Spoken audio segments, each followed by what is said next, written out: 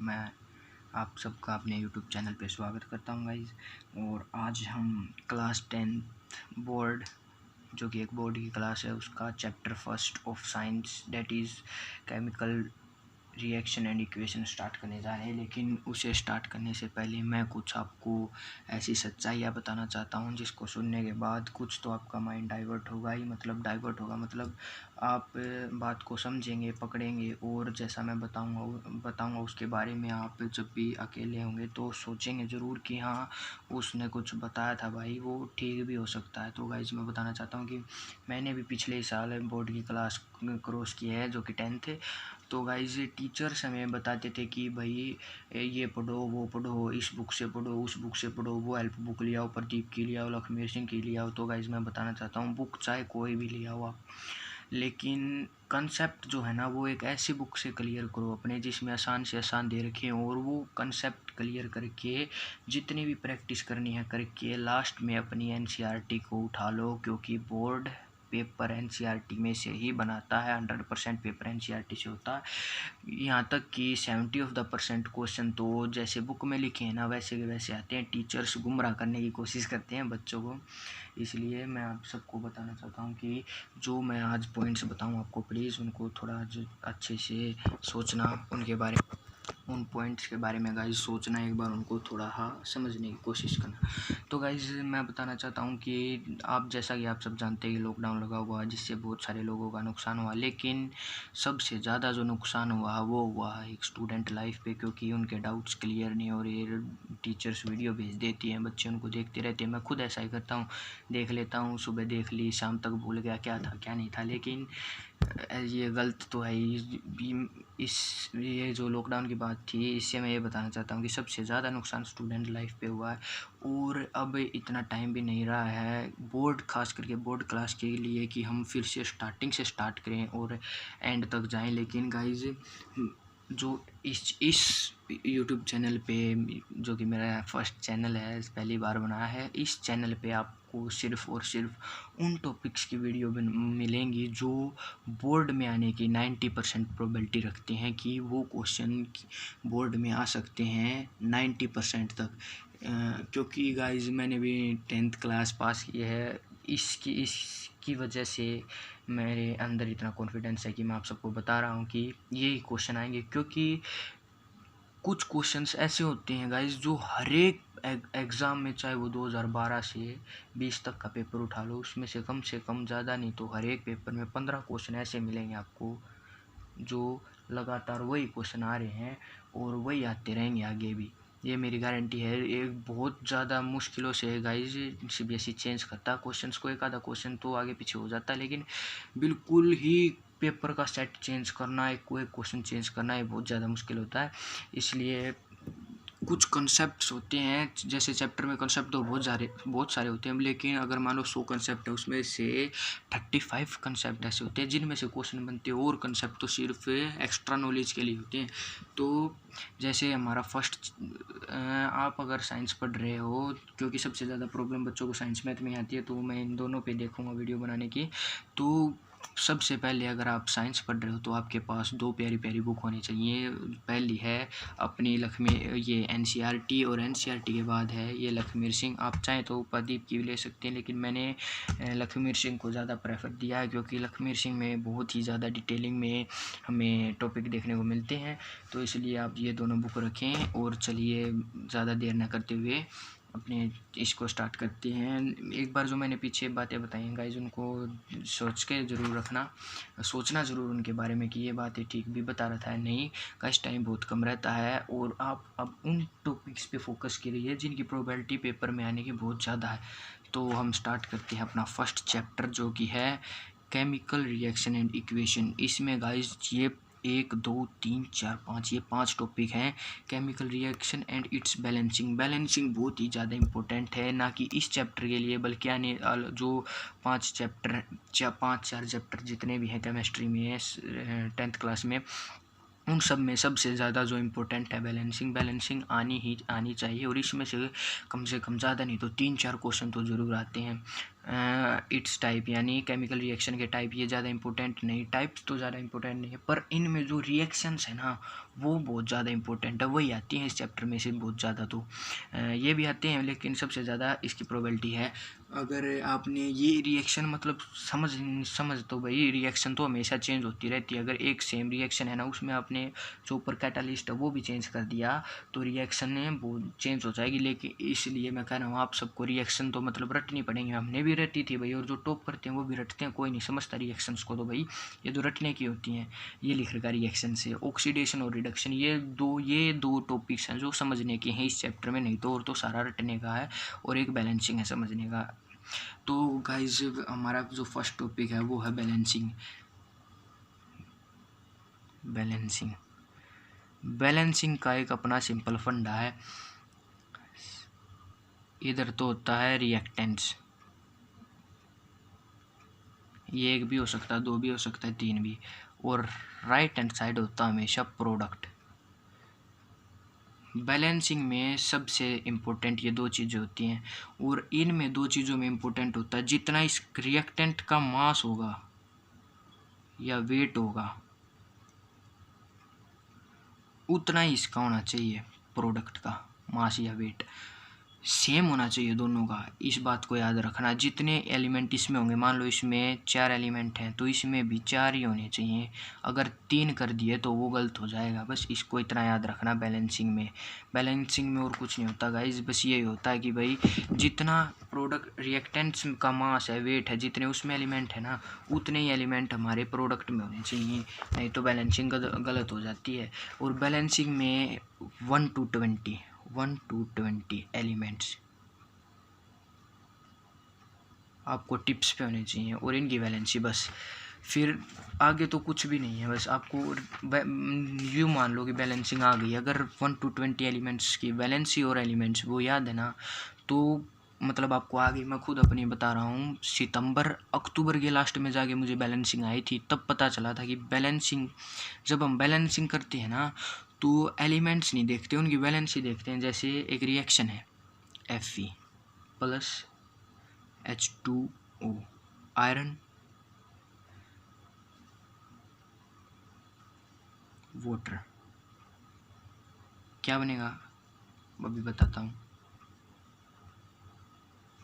Fe2O3 plus H2, ferric oxide,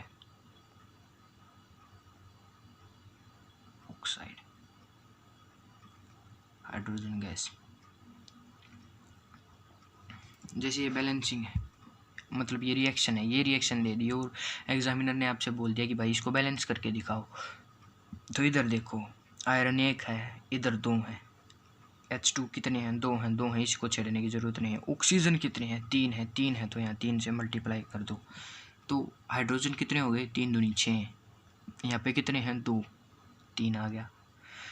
iron कितने हैं, 2, लो होगी बैलेंसिंग।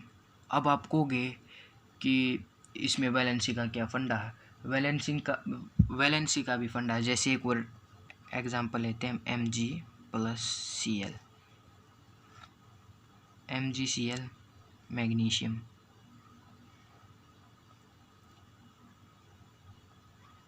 क्लोरीन,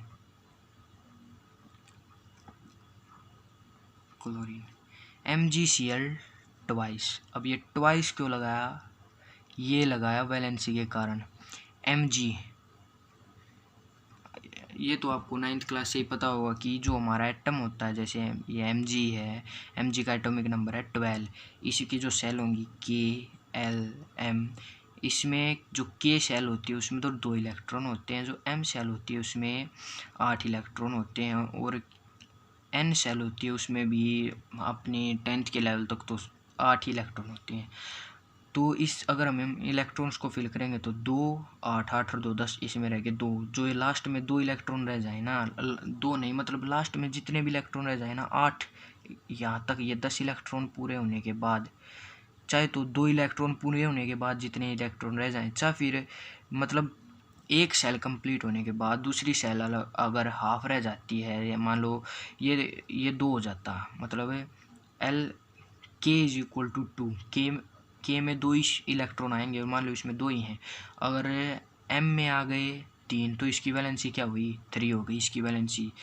मतलब 8 इलेक्ट्रॉन होने में जितने 8 इलेक्ट्रॉन होने चाहिए लास्ट में, अगर 8 पूरे हैं और अगले में 2 हैं तो वैलेंसी होगी 2। वैलेंसी आपको आती होगी, वैलेंसी इतनी अच्छे से मैं नहीं समझा पाया, sorry for this, but valency का सारा खेल होता है। आप वैलेंसी को वैसे याद रख लेना, अरे कि 1 to 20 बहुत ज़्यादा आसान है वैलेंसी, और वैसे भी याद हो जाएगी। तो मैग्नीशियम की जो वैलेंसी होती है वो होती है 2 और क्लोरीन की वैलेंसी होती है वो होती है 1।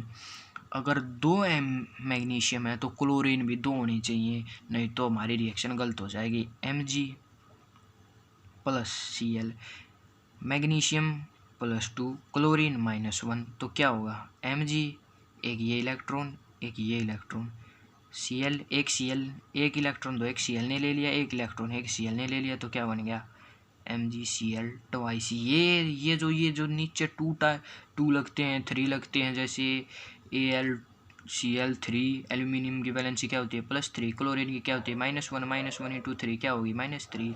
तो गाइस आप सबको ये वैलेंसी मैं कह रहा हूँ बहुत अच्छी तरीके से आनी चाहिए, और बैलेंसिंग अगर आ गई ना, बैलेंसिंग इस चैप्टर के लिए नहीं, जो अगले चैप्टर है ना उनमें भी बहुत ज़्यादा मतलब बहुत ज़्यादा एक रोल प्ले कर रही है 10th क्लास की केमिस्ट्री में। बैलेंसिंग मतलब टिप्स पे होनी चाहिए, बैलेंसिंग आपको आनी चाहिए, बैलेंसिंग बहुत ही ज़्यादा इंपॉर्टेंट है गाइज। और अब मैं बता दूँ जो अपनी लखमीर सिंह बुक है उसमें कुछ ऐसे टॉपिक्स हैं जो यूं के यूं CBSE बोर्ड देता है। जैसे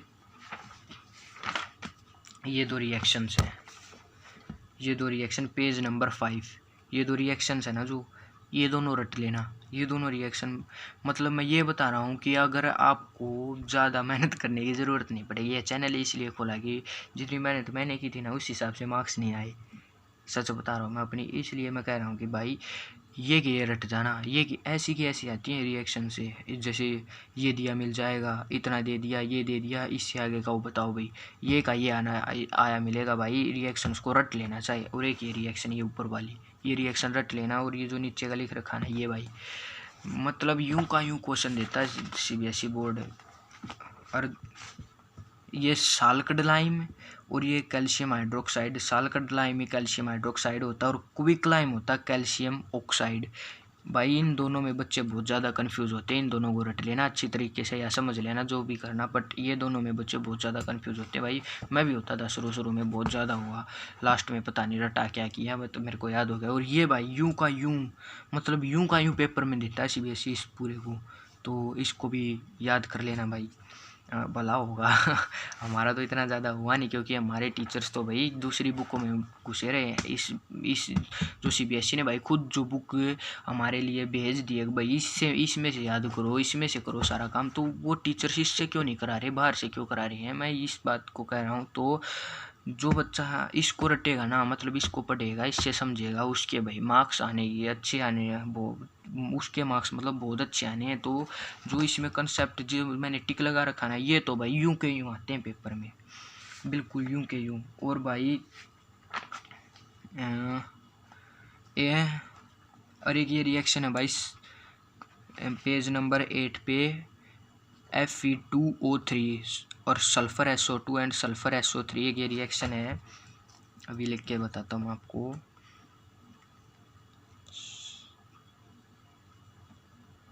फेरिक सल्फेट, फेरियस सल्फेट,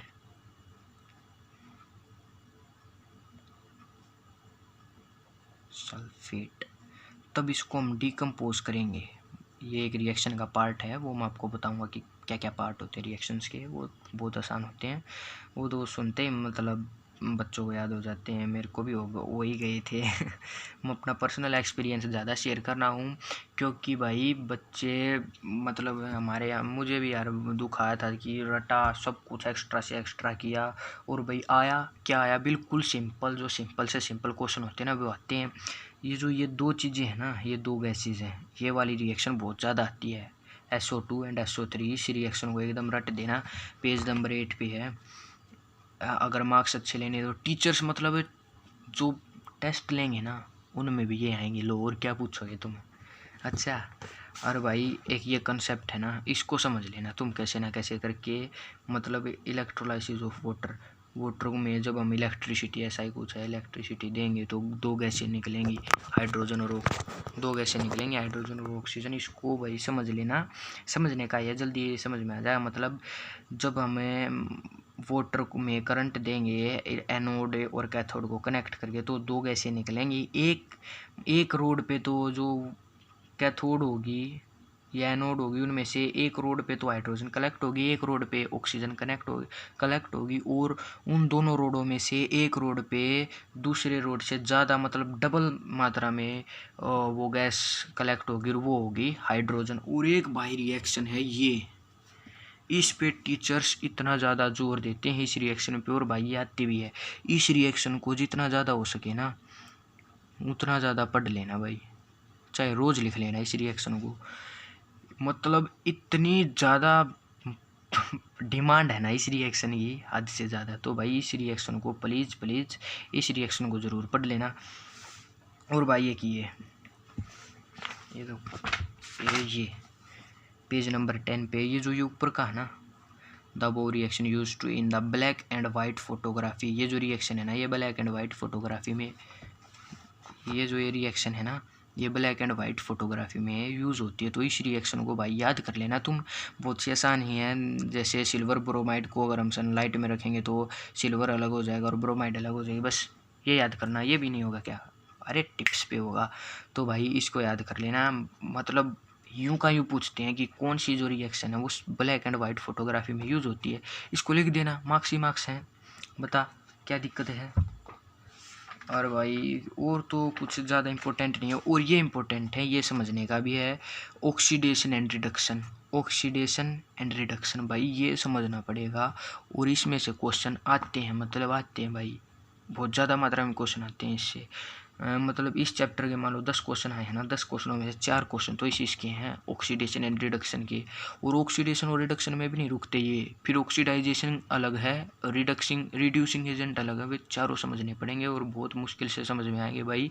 अगर आपको वो समझने हैं तो कमेंट में लिख देना। मैं जैसे मैंने याद किए थे ना 10th के पेपर में, मेरा इनमें मार्क्स नहीं कटा था केमिस्ट्री में एक भी, तो जैसे मैंने याद किए थे ना मैं भाई वही ट्रिक आपको बता दूंगा। अगर अच्छी लगे वीडियो तो कमेंट में ज़रूर बताना भाई। अगर ये जो तुमने बताए हैं ना भाई, तूने बताए हैं ये टॉपिक से, इनमें से जो आपको अच्छे से नहीं आता हो वो टॉपिक कमेंट में लिख देना भाई, इतनी अच्छे से बता देंगे। अगर बस पूछो मत, पूरे मार्क्स आए आपके।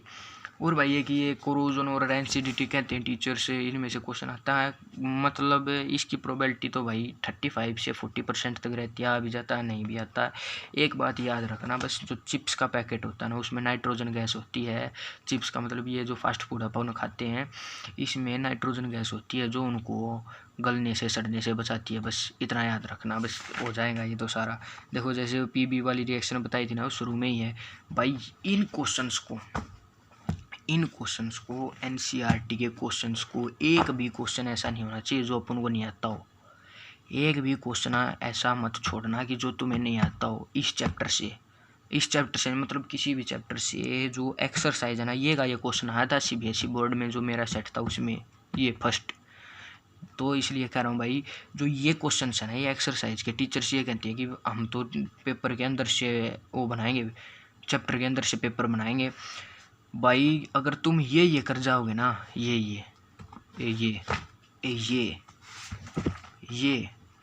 भाई इससे 70 मार्क्स 100 में से, मतलब 100 में से 70 80 में से 50 मार्क्स ये दिला देंगे।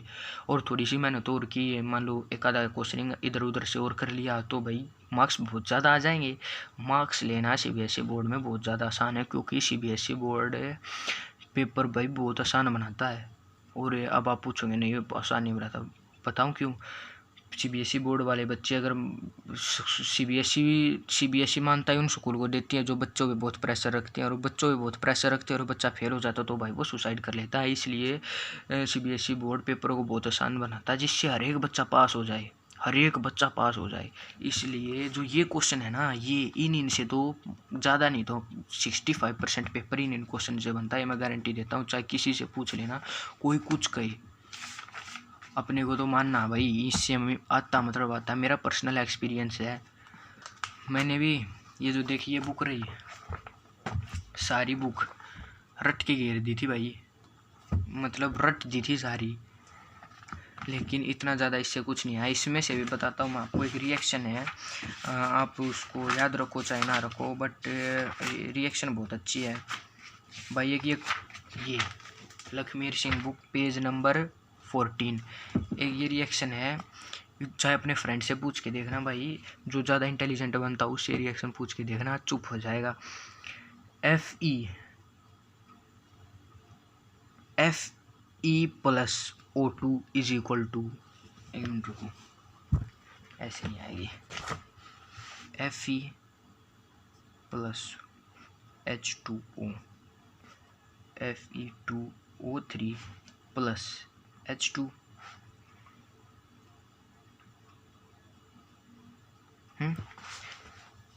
एक और रिएक्शन है सेम यही, Fe plus 3H2O is equal to Fe4, Fe3 और O4 और प्लस 4H2,